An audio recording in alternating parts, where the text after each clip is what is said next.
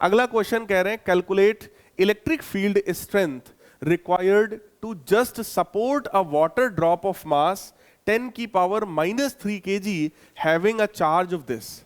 सोचो बेटा, अगर ये वाटर का ड्रॉप है, इस वाटर ड्रॉप का जो मास है वो 10 की पावर -3 kg है और इसका जो चार्ज है वो 1.6 इंटू 10 की पावर -19 कूलम के बराबर है।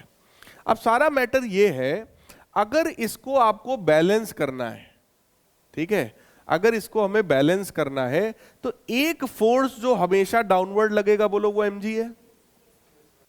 हमेशा वेट नीचे ही लगता है।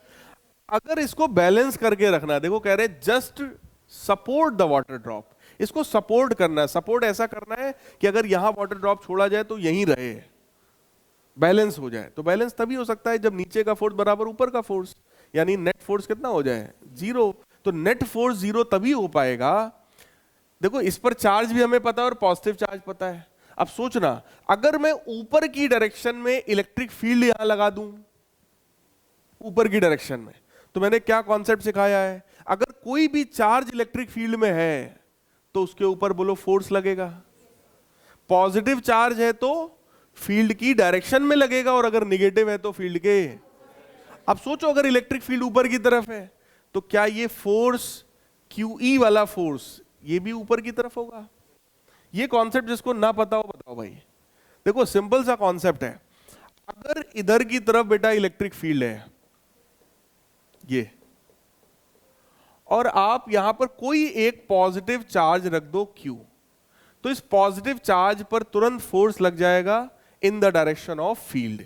तो इसके ऊपर तुरंत इस डायरेक्शन में फोर्स लगेगा और उस फोर्स की वैल्यू होती है F बराबर QE। और अगर यहां पर कोई निगेटिव चार्ज रखा है, यहां पर मान लो -Q चार्ज, तो इस -Q चार्ज पर जो फोर्स होगा that will be in which direction, opposite direction, and again value is QE। बस उस पर फोर्स इधर लगा फील्ड की डायरेक्शन में, इस पे लगा इधर। यहां पर चार्ज कैसा है, पॉजिटिव, फील्ड किधर है, ऊपर, तो फोर्स भी किधर लगेगा, फील्ड ऊपर है। ये कैसे पता चला, क्योंकि बैलेंस करना है, क्योंकि वेट तो नीचे ही होगा, वेट तो कंफर्म है नीचे ही होगा। अब वेट नीचे है तो हमारी मजबूरी है कि बैलेंस करना है, तो फोर्स ऊपर होना चाहिए। और पॉजिटिव चार्ज है तो इसका मतलब इधर की तरफ इलेक्ट्रिक फील्ड भी होनी चाहिए। अब सिंपल बैलेंस कर लो, अब तो हो गया QE बराबर mg। ठीक, तो m हमको पता है, g की वैल्यू 10 मान लो, चार्ज हम लोग को पता है, इलेक्ट्रिक फील्ड की वैल्यू निकाल लीजिए, आंसर आ जाएगा। क्लियर है? यहीं पे अगर निगेटिव चार्ज होता तो तब इलेक्ट्रिक फील्ड किधर होती, डाउनवर्ड, बाकी होता एकदम ऐसे ही। क्लियर है?